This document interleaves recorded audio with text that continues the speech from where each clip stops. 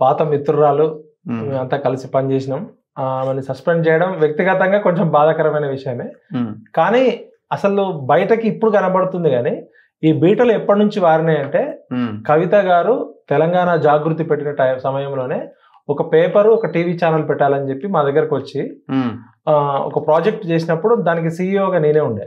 Okay. అప్పుడు అల్లం నారాయణ గారి బ్రదర్ అల్లం రాజయ్య గారు ఆ, గౌరవ ఎడిటర్ గా, మన తుమ్మేటి రఘోత్తమ్ రెడ్డి గారు ఉండే. ఆ, దాదాపు 6 నెలల నుంచి 7 నెలలు ఒక పేపర్ పెట్టాలి, వారపత్రిక పెట్టాలని చెప్పి బంజారాహిల్స్ లో ఆఫీస్ లో తీసుకొని ఉమ్, మొత్తం కొంతమంది జర్నలిస్టులను కూడా, అప్పుడే ఆంధ్రజ్యోతి TV9 స్టార్ట్ అయిన సమయంలో, అటువంటి సమయంలోనే 6 నెలలు కాగానే ఒక సంఘటన ఏంటంటే మెయిన్ అకౌంట్ నుంచి మాకు యాక్సెస్ లేదు, అన్నయ్య బావ వద్దంటున్నారు ఈ ప్రాజెక్టు. ఏంటా పేపర్? అప్పుడు తెలంగాణ టుడే అని నా Okay. పేరు మీదనే ఉండే రిజిస్ట్రేషన్. మేము ఇంకా 2-3 టైటిల్స్ కూడా అప్లై చేసినాం. తెలంగాణ టుడేకి మాకు వీక్లీకి పర్మిషన్ కూడా వచ్చింది.